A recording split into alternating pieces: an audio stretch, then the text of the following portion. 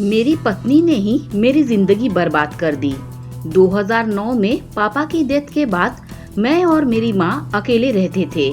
कई matrimonial site पर profile बनाई मैंने, लेकिन वहां जाने के बाद ये पता चला कि महीने के 80,000 कमाने वाले लड़कों की हैसियत नहीं है वहां के लड़कियों से शादी करने की। और तो और, यदि आप अपनी माँ के साथ हैं या परिवार के साथ, तो लड़की के घर वाले नहीं चाहते कि ऐसे लड़के से उनकी शादी हो। खैर, 2 साल निकल गए। इसी बीच ऑफिस में काम करने वाली जूनियर के साथ मेरी नजदीकियां बढ़ी। उसके परिवार वालों को मैं पसंद था और मेरे परिवार में सिर्फ माँ थी। सब सही होने के बाद हमारी शादी होती है। हमारी जिंदगी अच्छी चलती है और 2 साल बाद ही हमारी पहली संतान होती है। मेरा बेटा दिखने में बिल्कुल मेरी तरह था और मुझसे बहुत प्यार करता। हम साथ खाना खाते, साथ नहाते। वो बहुत खुश होता जब मैं उसे स्कूल लेने जाता था। लेकिन एक दिन मैंने देखा कि मेरी पत्नी, जिसके साथ मेरी लव मैरिज हुई है, उसका उसी के ऑफिस के कलीग के साथ अफेयर चल रहा था। जब ये बात मुझे पता चली तो मैं गुस्से में आ गया, लेकिन जैसे तैसे खुद को शांत किया। रात के समय मैंने उसके सामने विनम्रता पूर्वक ये बात रखी कि ये चीज गलत है। हमारा परिवार है, हमारा एक बेटा है, ये सब काम करना बंद कर दो। उसने कुछ जवाब नहीं दिया, लेकिन अगली सुबह वो मुझसे नजर मिलाना भी बंद कर दी और अब ऑफिस में से ज्यादा देर करने लगी।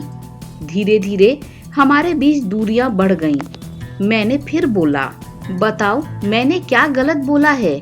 मेरे होते हुए भी तुम दूसरे मर्द के साथ हो, क्या मतलब है फिर हमारी शादी का, हमारे पति पत्नी होने का? इस पर उसने जवाब दिया, मुझे तुम्हारे साथ अब पहले जैसी फीलिंग नहीं है।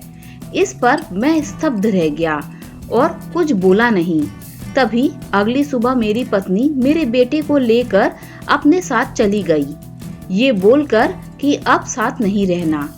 मेरी माँ को कुछ पता नहीं।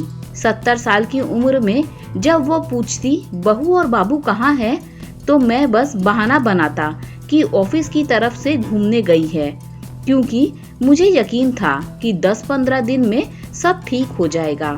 लेकिन 1 महीना बीतने पर भी वो नहीं आई, तो मैंने अपनी माँ को सच बताया।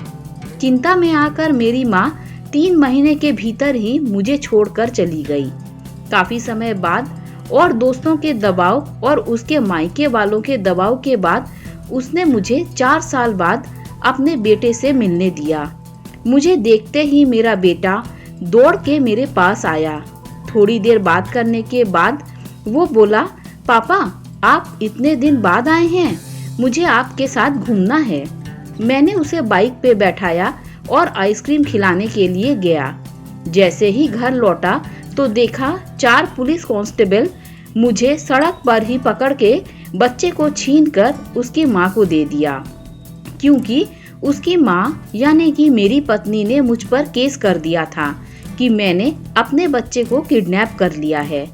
कुछ दिन मुझे जेल में रखा गया, मेरे ऊपर मुकदमा चला और आज भी मैं अपने बेटे के किडनैप का आरोपी हूँ, जबकि लीगल तौर पर हमारा कभी तलाक नहीं हुआ और उस समय भी मैं अपने बच्चे का गार्जियन था।